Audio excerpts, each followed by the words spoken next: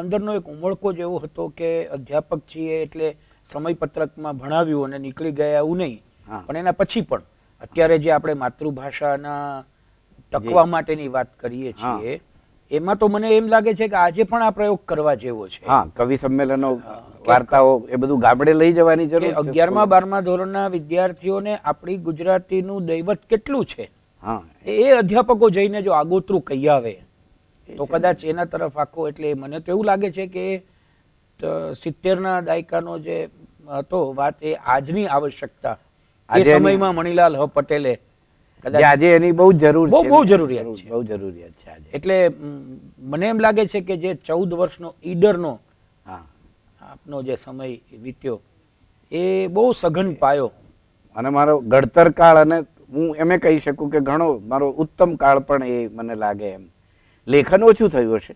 વિદ્યાનગર આવ્યા પછી આપણે જોઈશું કે વિદ્યાનગર આવ્યા પછી મારું એક જુદું સાહિત્ય સર્જનના ક્ષેત્રમાં, વિવેચન અને અધ્યાપનના ક્ષેત્રમાં એક જુદો નિખાર થયો. ઈડરમાં બીજું એક કામ એ પણ એ વર્ષોમાં થયેલું કે હું 4 જગ્યાએ પીજી સેન્ટરોમાં પણ જતો. તલોદ જાઉં, હિંમતનગર જાઉં, મોડાસા જાઉં અને ઈડરમાં પણ હોઉં, એમ બદલીને. એટલે એ રીતે મેં એક કરતાં વધારે કોલેજોમાં પણ કામ કર્યું. એટલે એ વર્ષો તો મારા, એમ ઘણા લોકો કે આજે કે તો એ માણસે કેવી રીતે કામ કર્યું હશે આટલું. અને મને એવું લાગ્યું નથી કદી કે મેં દોડીને કામ કર્યું હોય. બહુ નિરાંતે પ્રકૃતિનું રસપાન કરતા, અને લોકો બહુ ભાવુક. એ લોકો એવું ન કે એ તરફ આવો તો ક્યારેક ઘેર આવજો, એવું ન કે. એ લોકો એવું કે સાહેબ કાલે આવવાનું છે, દાળ બાટી બનાવીશું અને ખેતરમાં જ આવવાનું છે, માણસ લેવા આવશે, નીકળો તો આવજો. એવું આજે મધ્ય ગુજરાતમાં એવું કે સાહેબ એ તરફ આવો તો આવજો ને. જયારે પેલા લોકો કે કાલે આવવાનું છે સાહેબ, રવિવાર છે ને, માણસ લેવા આવશે ને, ખેતરમાં આંબા નીચે દાળ બાટી છે, અને પછી જઈએ ને એની જે મજા આવે.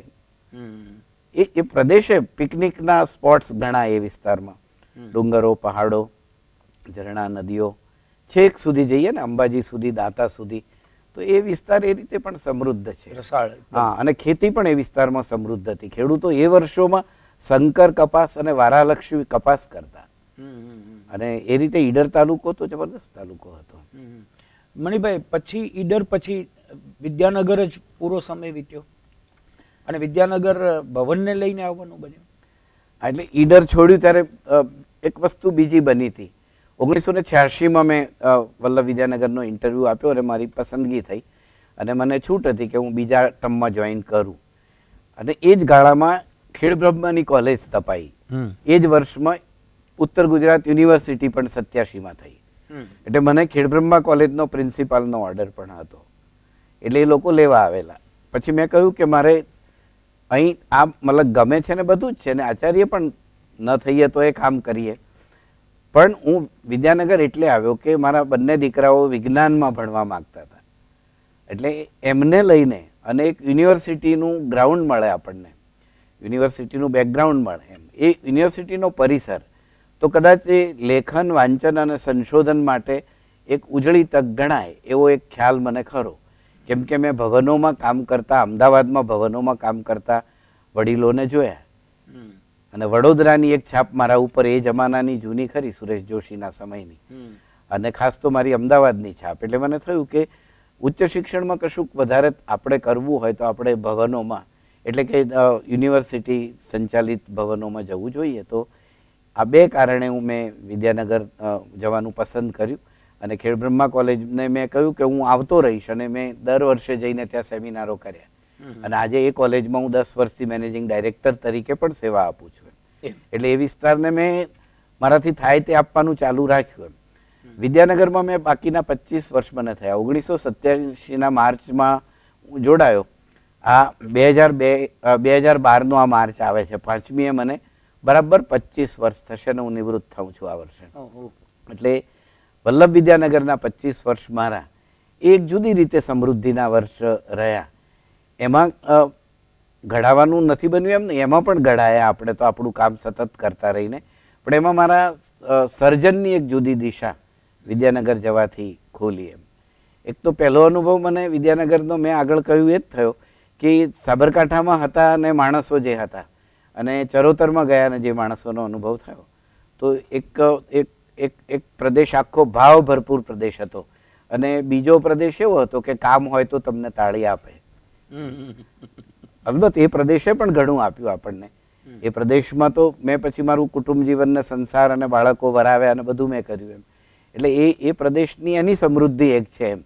પણ 50 વર્ષ આગળનો એ પ્રદેશ ને, બધાથી 50 વર્ષ આગળ, એટલે તર્કથી જીવનારો, બુદ્ધિથી જીવનારો, અને એની પાસે ચોક્કસ ગણતરીઓ અને દેશ દુનિયા ફરનારા એ લોકો. એટલે એ લોકોની વચ્ચે ગયા ત્યારે પણ મને ઈડરથી બહુ સાવચેત કરવામાં આવેલો કે ચરોતરમાં જાય છે તો જરા જોઈને કામ કરજે એમ. અને એ જ રીતે ઈડર ગયો ત્યારે પણ મને કેટલાક લોકોએ કહેલું કે ભાઈ એ પ્રદેશ અમુક પ્રકારનો છે તે જોઈને કામ કરજો એમ. પણ અહીં જ્યારે વિભાગમાં જોડાવાનું થયું ત્યારે જે વડીલોનું સાનિધ્ય મળ્યું, જશવંત શેખડીવાળા, પ્રમોદકુમાર પટેલ, જયંત ગાડિત, નરેશ વેદ પણ એ ગાળામાં હતા, અને આસપાસના બીજા મિત્રો, બીજા વિષયોમાં પણ એવા દિગ્ગજ અધ્યાપકો. અને એના કારણે લાભ એ થયો કે મોડાસા ભણતા ત્યારે જેમ બધા જ વિષયોના વ્યાખ્યાનો હું એટેન્ડ કરતો.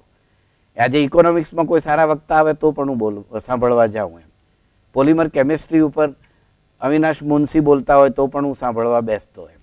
એટલે મને શિક્ષક તરીકેનો એક ખ્યાલ એ ખરો કે પોતાના વિષયનું તો જાણીએ જ, પણ બીજા બધા જ વિષયોમાં પ્રમાણસર પૂરતું જાણવું તો જોઈએ જ એમ.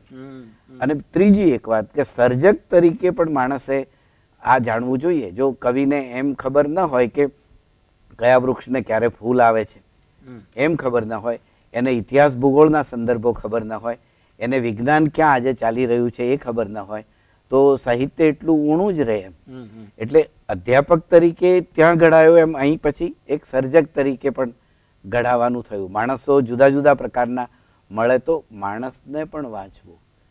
ચોપડી વાંચવાનો ખ્યાલ ઈડર સુધી હતો, પછી એક ખ્યાલ ઉમેરાયો કે માણસને પણ આપણે વાંચવો પડતો હોય છે, બરાબર એમ. અને એના કારણે એક જુદી જ વસ્તુ બનવા માંડી એમ. એટલે વિદ્યાનગર સાથે સાહિત્ય યાત્રા, હા, વિદ્યાનગર બહુ જ સબળ રીતે. હા. અને પછી તો મને એમ છે કે પુસ્તકો આવતા ગયા, એક પછી એક આવતા ગયા. પહેલું પુસ્તક અને એમની કોઈ યાદ? બહુ રોમાંચક છે કે પહેલું પુસ્તક આમ તો મારું ઈડરમાં થયું, તે તરસગર નામની એક લઘુ નવલ. પણ એને કલકત્તા નવરોજનું બીજું પારિતોષિક મળેલું હસ્તપ્રતને. અને પછી આપણને આશ્ચર્ય થાય કે અમરેલી પાસે એક ચરખડિયા નામનું ગામ, ને ત્યાં જીતેન્દ્ર તળાવિયા, જે આજે પ્રકૃતિનો દરબાર ભરીને જુદું કામ કરે છે, એ જીતેન્દ્ર તળાવિયાને કોઈ રીતે મારી ખબર હશે ને એમણે કહ્યું કે તમારું પુસ્તક મારે છાપવું છે. અને જીતેન્દ્ર તળાવિયાને હું આજ દિન સુધી એક વખત માડ મળ્યો હોઈશ. એણે મારું પહેલું પુસ્તક તરસગર કર્યું. એ તરસગરમાં પણ એક અધ્યાપક અને એની શિષ્યના સંબંધોની એક લઘુ નવલ છે. અધ્યાપકની સંતાન છે ને પેલી શિષ્યા છે, તો એમાં રાવજી પટેલના ગદ્યનો પ્રભાવ થોડો શરૂઆતમાં દેખાય. પછી પદ્મા વિનાના દેશમાં નામનો મારો પહેલો કાવ્ય સંગ્રહ પણ 1983માં ત્યાં થયો. 78માં થયેલું અને 83માં કાવ્ય સંગ્રહ નક્ષત્ર ટ્રસ્ટે, રઘુવીરભાઈએ પરિષદમાં નક્ષત્ર ટ્રસ્ટ અત્યારે તો સામેલ છે, પણ પહેલાં નક્ષત્ર ટ્રસ્ટ કોઈના દાનથી ચાલતું, એમાં રઘુવીરભાઈએ મારો એક કાવ્ય સંગ્રહ કરાવેલો. પણ એમાં પણ આશ્ચર્યની વાત હતી કે 100 કાવ્યો મેં મારા આપેલા, અને એમાંથી ચંદ્રકાંત ટોપીવાળાએ 15 કાવ્યો ગાળ્યા કે આ 15 કાવ્યો પ્રકાશિત કરવા જેવા છે. પેલા 100 પ્રકાશિત હતા સામયિકોમાં, તો કેટલા ગણનાએ એમણે ગાળ્યું. અને હું તૈયાર થયો. મિત્રોએ કહ્યું કે 15 કાવ્યો કરવાની કઈ જરૂર નથી, પણ મેં કહ્યું કે નહીં, મારે એ કાવ્યો કરવા છે. પછી મેં એમને કહ્યું કે છપાઈને હું મોકલીશ તમને. એટલે મેં ઈડરમાં પછી એને જાડો ડ્રોઈંગ પેપર લીધો. પુસ્તકની સાઈઝ તો બનાવવી પડે ને, એટલે મેં એને જાડા પેપર પર કાવ્યોને છાપીને પદ્મા વિનાના દેશમાં નામનો કાવ્ય સંગ્રહ 15 કાવ્યોનો એ કર્યો. અને 10 વર્ષ 15 વર્ષ પછી જઈને મિત્રો એમ કહેનારા મિત્રો આવ્યા કે 15 કાવ્યો પ્રગટ કરવાની છાતી જોઈએ, સાહસ જોઈએ. એવું હરીશ મીનાશ્રુએ પછી જ્યારે એક વ્યાખ્યાનમાં કહ્યું કે આ માણસે એના 15 કાવ્યો છપાવવાનું સાહસ કરેલું. બીજો હોય તો એની રીતે સંગ્રહ કરે, પણ મણિલાલ એ બરાબર જાણવા માગે ને સમજવા માગે ને એ જાણીને સમજતા થયા કે કૃતિનું મૂલ્યાંકન કોઈ કરે તો આપણે કરવા દેવું. આપણે કૃતિ તરતી મૂકી, પછી આપણે એ કૃતિની સાથે બહુ મમતા હોય એની ના નહીં એમ, પણ એ કૃતિનો બચાવ આપણે ન કરવાનો. બહુ અઠાગ્રહ સાથે છાપવું જ છે એવું નહીં, કારણ કે 100 માંથી 15 એટલે 15%. કૃતિ પોતાનો બચાવ કરશે એમ એ વાત હતી કે કૃતિ એનો બચાવ કરે, લેખકે એનો બચાવ કરવાનો નથી એમ. તો આ તો પહેલા એ પુસ્તકોની વાત થઈ, પણ હું એ કહેતો હતો કે લેખનનો રોમાંચ એટલે મારું ખરેખર તો પહેલું કાવ્ય જેને કહીએ ને એ બદરાયુભાઈ ઘણું થોડું વહેલું આવેલું. હું SYBAમાં ભણતો મોડાસા, અને અમારા ત્યાં તો બહુ નાનપણમાં સગાઈ થઈ જાય ને બધી, તો હું તો 19 દિવસનો હોઈશ ને મારી સગાઈ થઈ ગયેલી એમ. હા, અને પછી 19મા વર્ષે મેં એ સગાઈ જીદ કરીને કહ્યું કે હું ત્યાં નહીં પરણું ને કંઈ. આ બધી વસ્તુઓ પણ એ જમાનામાં તો કોઈ છોકરો બોલી જ ન શકે.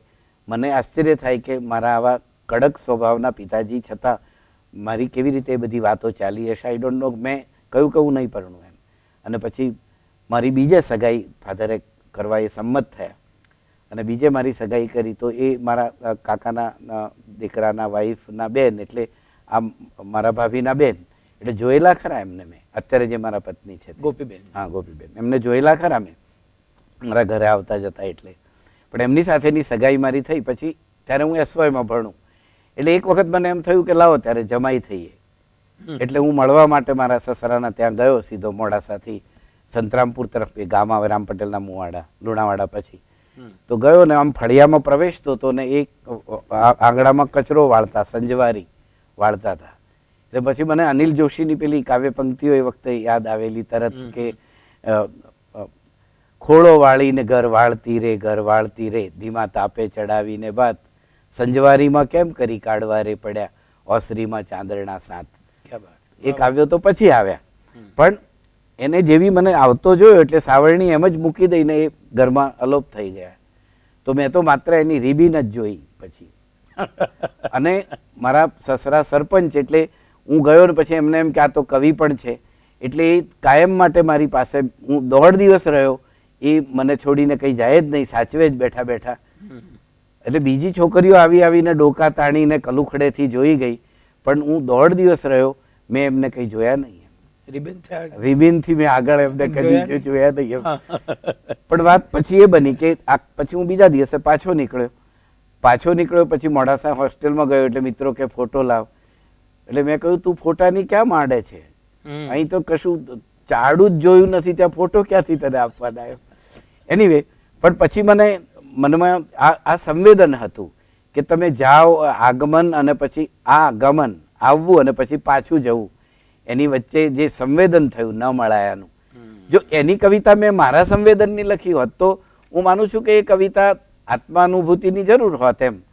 પણ પછી મને જે કહીએ ને કે કવિને સૂઝે તે, તો આત્મસૂઝ એ મને કે એની મેળે આત્મસૂઝ એમ થઈ કે હું નાયિકા વિશેનું લખું. નાયિકાને શું થયું એમ, એને મળવું હશે ને એ મને ન મળી શકી. એટલે પછી મેં આગમન પછી એવું સોનેટ લખ્યું એમ. એમાં એવું હતું કે પરોઢે આવેલા સપન સમ આવ્યા પીયું તમે, અહીં મારે ઘેરે સ્વજન વચ્ચે હું એકલ ઊભી, કમાડે અંઢેલી નયન જલ રોકી નવ શકી, ન જોયું પૂરું મેં તવ મુખ અને પાપણ ઢળી, હતું હૈયે એવું કર પકડશો, કંઈક પૂછશો, ઉવેખી લજ્જાને સ્વજન વચ્ચે એ નવ થયું, તમે આવ્યા શું ને પ્રિયતમ ગયા એ શમણું. ઓહો. તો એ સોનેટ મારું લખાયું SYમાં. એ સોનેટ મેં કુમારમાં મોકલ્યું, અને કુમાર એટલે તો એ જમાનાની પસંદગી. કુમારમાં બચુભાઈએ એ સોનેટ છાપ્યું. એ સોનેટ કુમારમાં છપાયું. એને એ વર્ષના શ્રેષ્ઠ સોનેટનું અને એ વર્ષના શ્રેષ્ઠ કાવ્યનું એમ 2 ઇનામ મળે. અને એ વખતે હું TYBAમાં. પછી MA પાર્ટ 1માં આવ્યો ત્યારે અમારા સાહેબે એ જ સોનેટ ક્લાસમાં ચલાવ્યું અનસીનના પેપરમાં. મને કે બોલવાનું નહીં. અને પછી ક્લાસમાં ચલાવીને પછી એમણે વાત કરી વિદ્યાર્થીઓને કે આ સોનેટ કોનું છે, જાણો છો? એટલે બધા કે ના. તો કે આ તમારો મિત્ર મણીલાલનું કાવ્ય છે. તો એ એક રોમાંચક મારો અનુભવ. અને હું એને કુમારમાં પ્રકાશિત થવું એ બહુ મોટો પુરસ્કાર ગણાય. બહુ મોટો પુરસ્કાર એમ. એનાથી વધુ કોઈ, અને બચુભાઈની ચારણીમાંથી ચડાઈને પછી શિખરણી છંદ આખો ને, તો એને હું મારું પહેલું કાવ્ય કહું. અને એ કાવ્ય ટોપીવાળાએ એમાં પદ્માવિનાના દેશમાં પસંદ કરેલું. એવું એક બીજું સોનેટ પણ, મકાઈનું લીલું હરિતવર્ણું ખેતર તમે, એ પણ પરણીને વહુ આવે ને પછી ખેતરમાં જાય ને પેલો માણસ ખેતરમાં હળ હાંકતો હોય, એ કૃષિ જીવનનું સોનેટ છે. તો મારી કવિતા પાછી ગામડે ગઈ એમ. ઈડરમાં હું હતો ને, કવિતા મારી પાછી ગામડે ગઈ. અને એ ગામડું મારી કવિતામાં એક જુદી રીતે આવતું ગયું અને એમ મારી કવિતા આવી. પણ વાર્તા જે છે તો વાર્તાનો પણ એક એવો રસપ્રદ ઇતિહાસ છે કે વાર્તા પણ મને એ રીતે જ મળી. 1987માં વિદ્યાનગર ગોઠવાયો જૂન જુલાઈમાં અને 1988ના હોળીનો દિવસ હતો અને વરસાદ માવઠું કંઈ અંધારેલું અને રવિવાર હતો તો મને એમ થયું કે લાવો કશક નીકળી જાઉં અને એ રીતે નીકળ્યો ઘરેથી કે હું આવું છું પણ ક્યાં જવું એ નક્કી નથી. જે બસ બેઠે હશે બસ સ્ટેન્ડે એમાં બેસી જઈશ ને જ્યાં જતી હશે ત્યાં જઈશ. એ બસ જો દૂર હશે તો કાલે આવીશ, નહીં તો આજે આવીશ. અને પછી ગયો ને જે બસ ઉભેલી તો કોઈ ભુરાકુઈ નામનું ગામ હતું, ત્યાં બસ જતી. એટલે એ બસમાં બેસી ગયો અને ભુરાકુઈ ઉતર્યો. અજાણ્યું ગામ દૂરનું, પેટલાદથી દૂર ખંભાત બાજુનું કોઈ ગામ. અને ત્યાં ગયો ને પછી એ ગામમાં ફર્યો ને તે બધું ને એક છોકરાને પૂછ્યું કે વટલી ખડકી છે? ત્યાં ખડકીઓ હોય એટલે મેં પૂછ્યું કે વટલી ખડકી છે આ ગામમાં? તો કે છે ને. એટલે છોકરો મને વટલી ખડકીમાં લઈ ગયો. તમાકુ વહેલી કપાયેલી, તેના પડા બાંધેલા ને એની સુગંધ આવ્યા કરે ને ભીતો ઉપર ચિત્રામણો હતા જુદા દેશી રંગોમાં ને બધા કુંભીઓ સરસ કોરેલી ને બધું જોતો જોતો ગયો. લોકો જોઈ રહ્યા કે આ કોણ ભાઈ છે એમ. અને પછી સહેજ આગળ ગયો ત્યાં એક છોકરી ટોપલો ભરાય એટલા વાળ ધોઈને કોરા કરતી હતી ને એને આમ વાળ આમ કરીને એકદમ જોયું કોણ છે એમ મારી સામું. અને પછી તરત બોલી કે ઓ સર. અને પછી મેં જોયું કે ઓ એ મારી વિદ્યાર્થીની હતી અને એના મામાના ત્યાં આવેલી હતી. એના મામા તો નહોતા, બહાર ગયેલા હતા, કંઈ બીજે કામ કરતા હતા. અને પછી એ ત્યાં એના બાને દાદીમાને મળ્યા અને પછી દાદીએ જાણે મને ઓળખતા હોય એમ તરત જ કહ્યું કે આવો ભાઈ. અને પછી કહ્યું કે જમીને જજો. મેં કહ્યું કે કઢીનો રોટલો કરો તો જમીએ. અને પછી એમની સાથે જમ્યો ને એ ઘરમાં રહ્યો તો જાણે ખોડિયામાં પાછા આવ્યા હોય અને આ માં હોય એવો એક અનુભવ થયો. અને એની પછી મેં વાર્તા લખી પાછા આવીને, એનું નામ વટલી ખડકી એમ. તો એ રીતે મને એક વાર્તા મળી ને પછી તો બદલી નામની એક વાર્તા પણ એ રીતે મળી, જાંબુ નામની એક વાર્તા મળી, પીટીસી થયેલી વહુ અમારા ત્યાં સ્ટેટસ સિમ્બલ હતું. પણ એક બીજી વસ્તુ પણ બની કે મેં પીટીસી થયેલી વહુ વાર્તા લખી અને પછી સામયિકમાં છપાઈ ત્યારે તો કોઈને ખબર ન પડે બહુ ગામડે ત્યાં. પણ અમારા ત્યાં એક સાપ્તાહિક પંચમાલ જય પંચમાલ નીકળે, એના દિવાળી અંકમાં મેં એ વાર્તા છાપવા એને માગીને મેં આપી અને એ વાર્તા છપાઈ એટલે ગામે ગામ અભણ ડોશીઓએ પણ એ વાર્તા મંગાવીને ભણેલી છોકરીઓ પાસે બેસાડીને એમણે એ વાર્તા વંચાઈ. અને એ વાર્તા વિશે પછી સમાજના લોકો પણ ભેગા થયા અને એમ કહ્યું કે આ ભાઈને નાતબાર મૂકો એમ. આમાં નાતની ટીકા આવે છે એમ, વડીલોની ટીકા આવે છે કે વડીલો ભેગા થઈને ખાંધિયા શબ્દ વાપર્યો છે ને વડીલો ભેગા થઈને છૂટાછેડા કરે છે ને પૈસા ખાય છે ને કોઈનું તોડાવે છે ને કોઈનું જોડાવે છે ને એવી એમાં વાત થોડી આવતી હતી. પણ મૂળ વાત તો એ હતી કે પીટીસી સ્ટેટસ સિમ્બલ હતું. દરેકને પીટીસી થયેલી વહુ જોઈએ. ડોક્ટર છોકરો હોય તો એને પીટીસી ન મળે, પણ શિક્ષક હોય એને જ મળે એમ. એટલે છોકરો પીટીસી, અમારા ત્યાં એવા ઉદાહરણો છે કે એક છોકરો 85% લાવ્યા પછી પણ એ પીટીસીમાં ગયો એમ, જેથી કરીને એને પીટીસી વહુ મળી શકે એમ. તો એવા ઉદાહરણો. તો પછી બરાબર છે કે મારા બાપુજી પણ નારાજ થયા અને એમણે કહ્યું મને કે મારી જોડે જે ભાઈ આવેલા આદમ ટંકારવી, એમને કહ્યું કે આ ભાઈને કહો અહીં ના આવે. હું બાજુમાં હતો પણ એમને કે એમ આ ભાઈને કહો કે ગોધરાની પેલી બાજુનું લખે એમ. એટલે પેલે કહ્યું કે અમારે મણિભાઈ તો સમાજ સુધારા માટે લખે છે એમ. તો મારા બાપુજીએ કહ્યું કે અમારે નથી સુધરવું, અમે જેવા છીએ એવા, અને એ સુધર્યા તે અમે જોયા ને એમને. તો એટલા બધા નારાજ થયા. ફોઈના ઘેર ગયો તો ફોઈએ બારણા આગળ હાથ દઈને ઊભી રહીને કે મેં તને આટલા માટે ભણાવેલો. તો તમે જુઓ કે એક વાર્તાની અસર તમે જુઓ. અને નાતબાર મૂકવા ભેગા થયા ત્યારે એ વળી એક બે ભણેલા માણસો જે અત્યારે ધારાસભ્ય છે હીરાભાઈ, એમણે એ લોકોને એમ કહ્યું કે તમે નાતબાર મૂકશો તો એને શું ફેર પડશે, એ તો કાલે બીજી વાર્તા લખશે. તો સાહિત્ય કેવી અસર કરે છે તે જોવાની વસ્તુ છે. બદલી વાર્તા પણ એ જ રીતે સમાજમાં મારી સાથે ભણતો એક છોકરો હતો ને એણે એની પત્નીના છૂટાછેડા લીધા જીદ કરીને. એટલે એની બે બહેનો એના બે શાળા જોડે પણ આવેલી. એમની ઈચ્છા નહોતી છૂટાછેડા લેવાની, પણ પેલા લોકોએ કહ્યું નહીં, તમારી છોકરી તમારા ઘેર, અમારી છોકરી અમારા ઘેર ને તમારી છોકરીઓ તમારા ઘેર. પછી એ બે છોકરીઓને જ્યાં નાતરે દીધી એમાંની એક છોકરી એક વખતે મને મધવાસથી જતો ને ખેતરના ઉપરવાડેથી મારું નામ બોલી કે મણિભાઈ, ન ઓળખી, હું તમારા મિત્રની બેન. અને પછી મેં જોયું તો એ છોકરીનો ચહેરો ઉદાસ હતો. એ ઉદાસી જોઈને હું ઘેર ગયો અને પછી વિદ્યાનગર ગયો અને પછી મેં વાર્તા લખી એનું નામ બદલી. બે પતિ, પહેલાને એણે મરજી વિરુદ્ધ છોડ્યો અને બીજો પતિ છે એને પોતાનો કરવો છે હવે. તો એ બે પતિ વચ્ચે એક નારીની કેવી અવઢવ છે અને કેટલી રહેસાય ભીસાય છે. તો એ વાર્તા જેમ પન્નાલાલની વાત્રકને કાંઠે જુદી રીતે ખ્યાત છે, એમ મારી આ બદલી વાર્તા જુદી રીતે ખ્યાત છે. તો મારી વાર્તાઓમાં મારા સમાજના જ્યાં નારી પાત્રો આવ્યા બદ્રાવીભાઈ, તો એ સમાજ એમાં ઉજાગર થયો. એટલું જ નહીં, બળવાન નારીઓ પ્રગટ થઈ સમાજને એના રીતિ રિવાજોને. એટલે જેને મોડર્નિઝમમાં આધુનિકતાવાદી સાહિત્યમાં જે સમાજની બાદબાકી થઈ ગયેલી, જે પરંપરાઓની બાદબાકી થઈ ગયેલી, અમે લોકો અનુઆધુનિક સાહિત્યમાં એ સમાજને એ પરંપરાઓ નવેસરથી ચિત્રાત્મક રીતે પ્રતિકાત્મક રીતે વાર્તાનો કલાગુણ ન જોખમાય એમ અમે લોકો લાવે.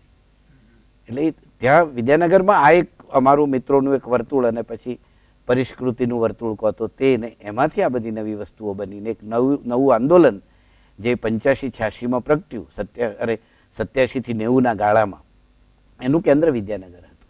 હા, એટલે પછી જોમબેન હા, નાતબાર મૂકવાની પ્રક્રિયા તો એ રીતે તો એ ન બન્યું, પણ પછી એક બીજી ઘટના બની અને મારી દીકરીને મેં સમાજ બહાર મરાઠી સમાજમાં એની ઈચ્છાથી પણ આવી. એટલે પછી મેં જ સામે ચાલીને નાતને કહ્યું કે પત્ર લખ્યા આગેવાનોને કે હું દૂધ અને દહીંમાં પગ રાખવા નથી માગતો, મારી દીકરીને મેં બહાર પરણાવી છે એટલે સ્વાભાવિક જ હું નાતમાંથી મુક્ત થઉં છું એમ.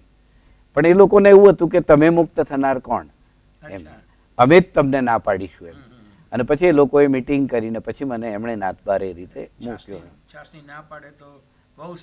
હા હા, એ ઘટના જેવી. પછી મેં બહુ આદરથી આજે પણ હું એ લોકોને આ વાત કહું છું.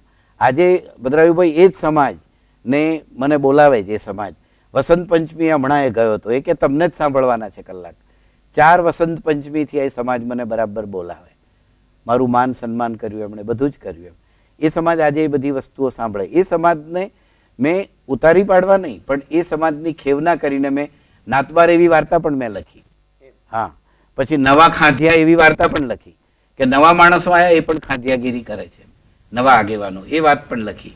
પડસાળના ધણી પણ લખી કે માણસ પોતાનો વહીવટ છોડતો ના હોય ને ઘરમાં દીકરો બહુ મોટા થયા હોય તો કેવી રીતે પછી એને પડસાળ સુધી ધકેલી. એ બધી વાર્તાઓ મારી આવી. એમાં નાતબારનો તો મરાઠી અનુવાદ થયો, હા, બદલીનો ઓરિયામાં અનુવાદ થયો છે. તો આ વાર્તાઓ બીજા સમાજો સુધી પહોંચી અને પીટીસી થયેલી વહુ વાંચીને મુંબઈના 2-3 મિત્રોએ મને એમ કહેલું કે આ વાર્તા પ્રતીક છે ભાઈ, તમારે જેમ પીટીસી થયેલી વહુ જોઈએ છે એમ ચરોતરમાં ફાર્મા કંપનીમાં એટલે ફાર્મામાં ગયેલી વહુ જોઈએ છે, ફાર્મસીવાળી વહુ જોઈએ છે, અને અમારે મુંબઈમાં મેડિકલ સાયન્સવાળી વહુ જોઈએ છે. એટલે જેમ મારુતિ કાર સ્ટેટસ સિમ્બલ હતી એ વખતે, એમ પીટીસી થયેલી વહુ સ્ટેટસ સિમ્બલ હતી. એટલે એમણે કહ્યું કે આ વાર્તા ભલે એક પ્રદેશની હોય પણ એક પ્રદેશનું પ્રતીક બનીને આ વાર્તા જનરલ વાર્તા બને છે એમ. તો એની જે મજા આવી વાર્તાઓ લખવાની, મને સમાજને એમાં લઈ આવવાની મજા આવી એમ.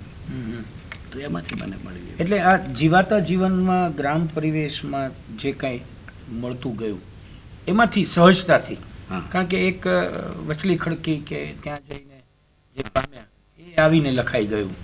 એટલે એટલું લાગે છે મણિભાઈ, હું એટલો સાહિત્યનો અભ્યાસુ નથી, પણ એવું ચોક્કસ લાગે છે કે જે અંદર ઉગ્યું તે કાગળ ઉપર ઉતર્યું, અને એટલા માટે એ સામે પક્ષે બહુ ઝીલાયું પણ ખરું. કારણ કે ઘણા લોકોને એવું લાગ્યું કે અમારી પણ અંદર ઉગેલું આવું કંઈક હતું. હા, એટલે સમાજ જે આપે, પ્રકૃતિ જે આપે એમ, એમાં જે સચ્ચાઈ હોય છે ને એ ઓઢી લઈએ તો એટલી સચ્ચાઈ નથી આવતી એમ. મેં નગર ચેતનાની વાર્તાઓ લખી હોત તો કદાચ એટલી વાર્તા કલાની રીતે કદાચ આપણે કરી શક્યા હોત, પણ ગ્રામ ચેતના જેટલી એ વાર્તાઓ પહોંચી ન હોત.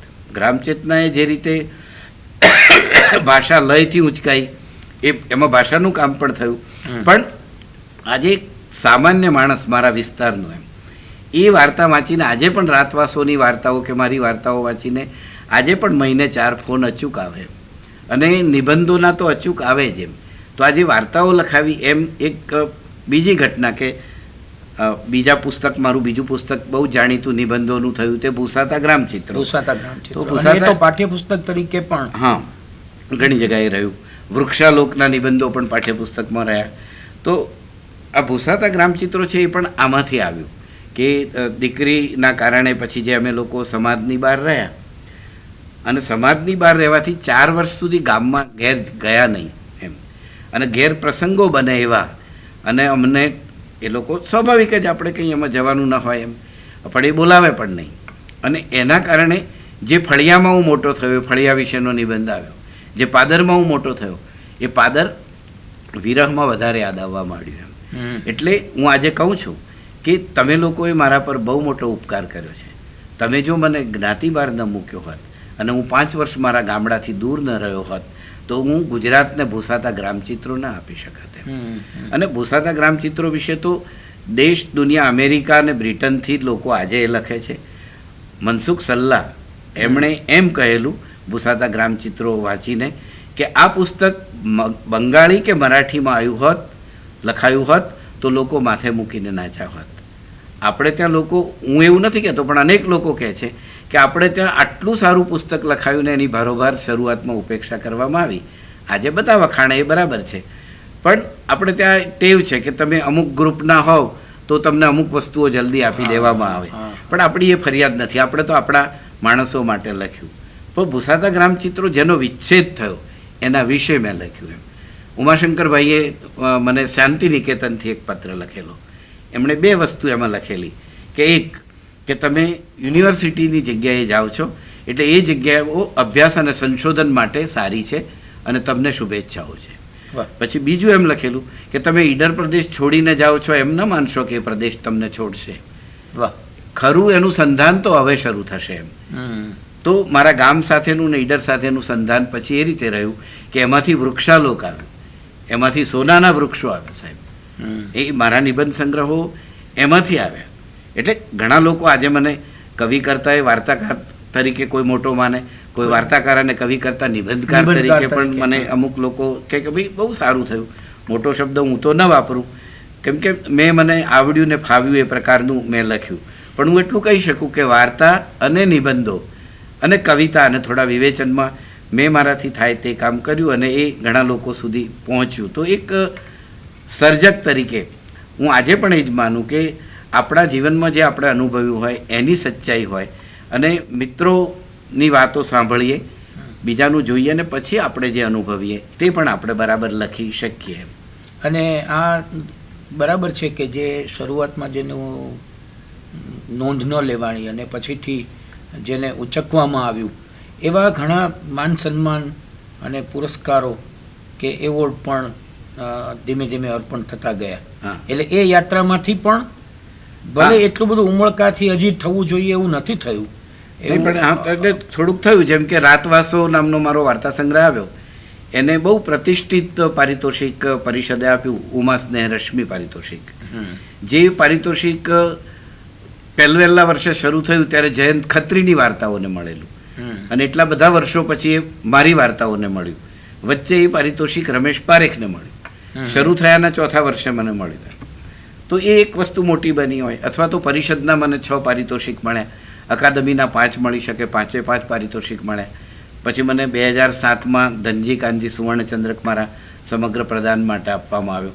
પછી મારા હેલી વાર્તા સંગ્રહ અને વૃક્ષાલોક જેવા નિબંધો માટે થઈને મુંબઈના મારવાડી સંમેલને સાહિત્ય પુરસ્કાર અને શ્રેષ્ઠ સાહિત્ય પુરસ્કાર એવા 2 પુરસ્કારોથી ત્યાં મારું સન્માન થયું. કલકત્તાની સંવાદ સંસ્થાએ મારી કૃતિ માટે મને નવલકથા માટે પારિતોષિક આપ્યું. તો એમ મુંબઈ, કલકત્તા અને ગુજરાતમાં એમ પછી પારિતોષિકો તો આપણને મળે એમ. પણ એ કૃતિઓ એ માટે ઉચિત હતી અને એના સમયે બરાબર થયું. મૂળ વાત તો એ છે કે અમેરિકામાં એક રહેતો 87 વર્ષનો એસ.એ. પટેલ નામનો વૃદ્ધ મારા નિબંધો વાંચીને મને એમ લખે કે મારે નડિયાદ પાસેના મારા સલૂણ ગામે આવવું છે, મારું નેળિયું મારે જોવું છે, પણ મારો દીકરો આવવા દેતો નથી મારી ઉંમર થઈ એટલે, અને હું તમારા નિબંધો વાંચીને મારી આંખમાં પાણી છે. તો હું ભદ્રાવીભાઈ માનું કે એ સૌથી મોટો પુરસ્કાર છે. એથી કોઈ બીજા પુરસ્કારની એક દૂર દરિયા પાર, 7 સમંદર પાર વસ્તુ એક મારો ગુજરાતી વાચક એની આંખ મારા નિબંધથી ભીની થાય તો, અને આજે પણ એવા કેટલાના ફોન ને પત્રો આવે તો એ બહુ મોટી વસ્તુ છે.